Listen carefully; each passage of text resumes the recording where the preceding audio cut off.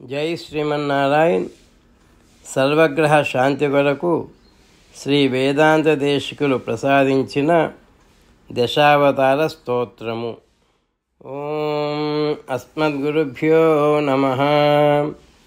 దేవో న శుభమాతనోతు దశధా నిర్వర్తయన్ భూమికాం రంగే ధామని లబ్ధ నిర్భర రసై ప్రధ్యక్షితో భావుకైః యద్భావేషు పృథగ్విధేష్వనుగుణాన్ భావాన్ స్వయం బిభ్రతి యద్ధర్మైరిహ ధర్మిణి విహరతే నానాకృతిర్నాయికా.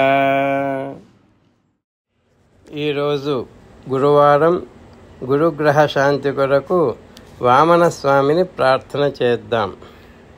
వ్రీడావిద్ధ వదాన్యదానవయశో నాసీరధాటీ భటః త్రైయక్షం మకుటం పునన్నవతు నః త్రైవిక్రమో విక్రమః యత్ప్రస్తావ సముచ్ఛ్రితధ్వజపటి వృత్తాంతసిద్ధాంతిభిః శ్రోతోభిः సురసింధురష్టసుదిశా సౌధేషు దోధూయతే.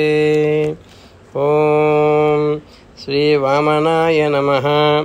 ఓం శ్రీ వామనాయ నమః. ఓం శ్రీ వామనాయ నమః. ఓం శ్రీ వామనాయ నమః. ఓం శ్రీ వామనాయ నమః.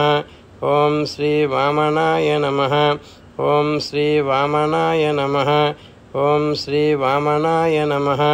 ఓం శ్రీ వామనాయ నమః. ఓం శ్రీ వామనాయ నమః. ఓం శ్రీ వామనాయ నమః. ఓం శ్రీ వామనాయ నమః.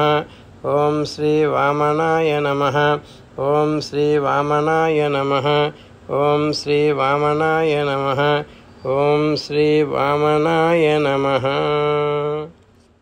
దశావతార ఫలశ్రుతి. విద్యోదన్వతి వెంకటేశ్వర కవో జాతం జగన్మంగళం.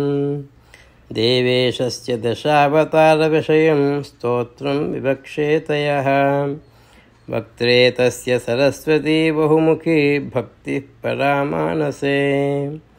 శుద్ధిః కాపి తనో దిశాసు దశసు ఖ్యాతిः శుభా జృంభతే.